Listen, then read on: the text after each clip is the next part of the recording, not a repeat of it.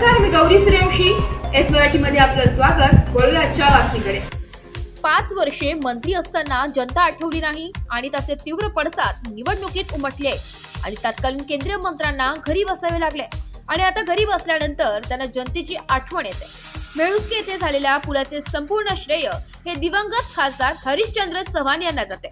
उगाच कोणत्याही कामाचे श्रेय घेऊ नये असा सणसणाटी टोला भाजप युवा मोर्चाचे माजी जिल्हाध्यक्ष व विद्यमान शिवसेना उद्धव बाळासाहेब ठाकरे पक्षाचे दिंडोरी लोकसभा समन्वयक योगेश बर्डे यांनी लगावलाय. 4 दिवसांपूर्वी शिवसेना नेते व खासदार संजय राऊत, खासदार भास्कर भगरे, खासदार राजाभाऊ वाजे यांच्या हस्ते या पुलाचे उद्घाटन झाले होते. यावर माजी केंद्रीय आरोग्य राज्यमंत्री डॉक्टर भारती पवार यांनी उद्घाटनावर टीका केली आहे. त्यास प्रत्युत्तर योगेश बर्डे यांनी दिले. बघूयात योगेश बर्डे काय म्हणताय. नमस्कार, मी योगेश माधवराव बर्डे, उपसरपंच ग्रामपंचायत मेळुस्के, उपसभापती कृषी उत्पन्न बाजार समिती दिंडोरी. परवा माझ्या मेळुस्के गावामध्ये शिवसेनेचे नेते आदरणीय खासदार संजय राऊत साहेब यांच्या हस्ते कालवा नदीवरील पुलाचं त्या ठिकाणी उद्घाटन झालं.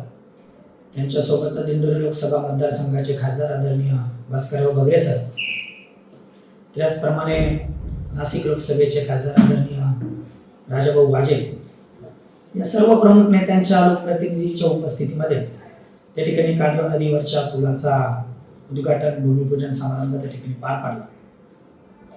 आणि त्या ठिकाणी आज मी वर्तमानपत्राच्या माध्यमातून त्या ठिकाणी बातम्या प्रसिद्ध झालेल्या बघितल्या. त्या ठिकाणी मागच्या दिंडोरी लोकसभेच्या खासदार केंद्रीय राज्यमंत्री त्यांनी त्या ठिकाणी आज त्या बातम्या प्रसिद्ध केल्या. सर्वप्रथम त्या ठिकाणी त्या एक महिला आहेत. एक महिला म्हणून मला त्यांचा त्या ठिकाणी आदर आहे, परंतु लोकप्रतिनिधी म्हणून जी 5 वर्षामध्ये जी त्यांची कार्यपद्धती होती ती 100% निष्क्रिय होती. आणि त्याबाबत मी लोकसभेच्या निवडणुकीच्या तोंडावरती आवाज उठवला आणि त्या ठिकाणी मी भारतीय जनता पार्टीचा युवा मोर्चाचा जिल्हाध्यक्ष म्हणून त्या ठिकाणी कार्यरत होतो. 15 वर्ष त्या ठिकाणी भारतीय जनता पार्टीचं काम केलं आणि मतभेद झाल्यानंतर त्या ठिकाणी मी पदाचा राजीनामा दिला. आणि त्यांनी आत्ता त्यामध्ये म्हटलं की विकास कामांना विरोध करणारे त्या ठिकाणी आज त्या विकास कामांची उद्घाटन करतात. खरं तर ताई, तुम्हाला मी पूल केव्हा मंजूर केला हे सुद्धा माहीत नव्हतं. प्रधानमंत्री ग्राम सडक योजनेमध्ये पूल घेता येतो हे सुद्धा तुम्हाला माहीत नव्हतं. या पुलाचं खरं श्रेय हे जातं ते दिवंगत स्वर्गीय खासदार हरिश्चंद्रजी चव्हाण साहेब यांना जातं. कारण त्यांच्या काळापासून त्या ठिकाणी त्या पुलाचा पाठपुरावा चालू होता. आजही त्या PM-JSY मध्ये तेच अधिकारी कार्यरत आहेत आणि त्यांनी सगळा पाठपुरावा माझा जवळून बघितलेला आहे. आदरणीय खासदार हरिश्चंद्र चव्हाण साहेब मला 2दा दिल्लीला त्या ठिकाणी गडकरी साहेबांकडे घेऊन गेले होते या पुलाच्या संदर्भातले. त्याचे फोटोग्राफ्स, त्याचे माझे, त्यावेळेस मी BJPचा तालुका अध्यक्ष होतो युवा मोर्चाचा, त्याचे माझ्याकडे पुरावे, त्याचे सर्व पुरावे माझ्याकडे आहेत. परंतु आपण त्या ठिकाणी आज केविलवाण्या पद्धतीने त्या बातम्या लावल्या आणि आपण सांगत आहात की मी तो पूल मंजूर करून दिला. ताई, मी जिल्हाध्यक्ष होतो भारतीय जनता पार्टीचा आणि पक्षामध्ये मी तुम्हाला सिनियर होतो. तुम्ही मला पक्षामध्ये ज्युनियर आहात. तुम्ही 5 वर्षापूर्वी पक्षात आलेले आहात. मी 15 वर्षापासून भारतीय जनता पार्टीमध्ये त्या ठिकाणी काम करतो. त्यामुळे त्यामध्ये तुम्ही आज बातम्यांमध्ये संघटन वगैरे सगळ्या गोष्टींचा तुम्ही उल्लेख केला.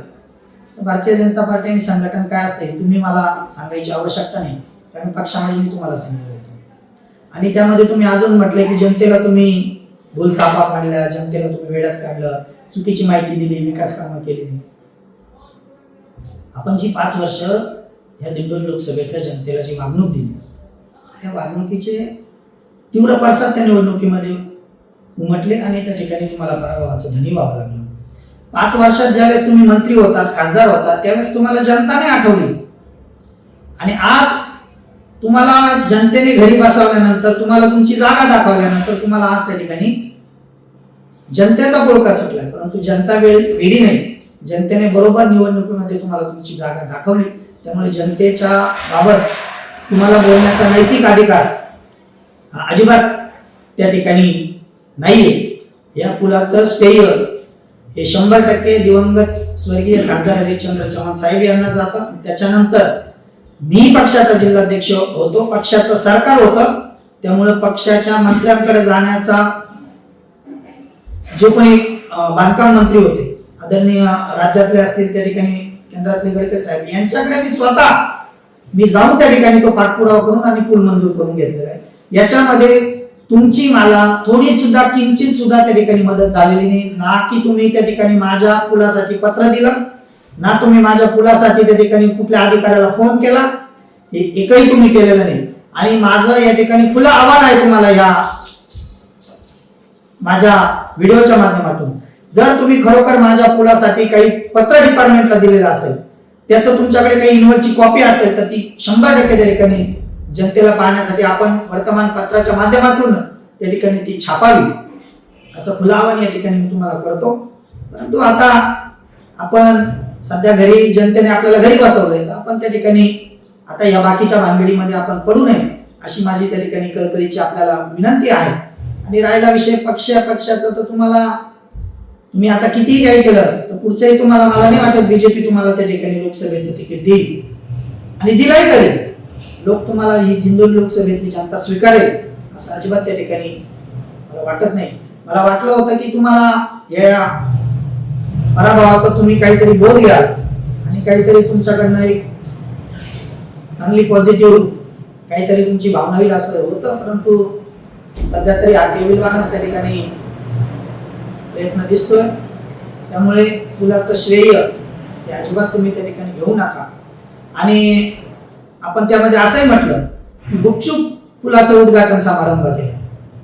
अहो, मी आता शिवसैनिक आहे, पूर्वी बीजेपीत मी पण हिंदुत्ववादी विचाराचाच त्या ठिकाणी कार्यकर्ता आहे, त्याच्यामुळे गुपचूप वगैरे करून घेण्याचं काय नाही, घाबरायचं कोणाला, घाबरायचं कारणच नाही. नाशिक जिल्ह्यापासून सगळे लागत त्या याच्यापर्यंत गेले होते, त्यामुळे गुपचूप कार्यक्रम करण्याचं हेच नाही. आणि तुम्ही जर खरोखर तळमळीने जर त्या पुलासाठी प्रयत्न केला असेल किंवा तुम्ही मला मदत केलेली असेल तर तुम्ही त्या दिवशी विरोध करायला तुमच्या कार्यकर्त्यांचं यायला पाहिजे होतं. मग तुम्ही का आला नाही पुलाचा विरोध करायला? त्याच्यामुळे आपण हे वर्तमानपत्राच्या माध्यमातून काहीतरी बातम्या देऊन चुकीच्या पद्धतीने लोकांची दिशाभूल करू नये. माझ्या गावातल्या लोकांना, तालुक्यातल्या लोकांना माहिती आहे कोणी पाठपुरावा केलाय, कोणाचं श्रेय आहे. त्याच्यामुळे निश्चितपणानं एस मराठी न्यूज साठी कार्यकारी संपादक संदीप गुंजाळ, दिंडोरी. अशाच नवीन ताज्या घडामोडी जाणून घेण्यासाठी आमच्या एस मराठी न्यूज चॅनलला लाईक करा, शेअर करा, सबस्क्राईब करा आणि बेल आयकॉनला क्लिक करायला विसरू नका.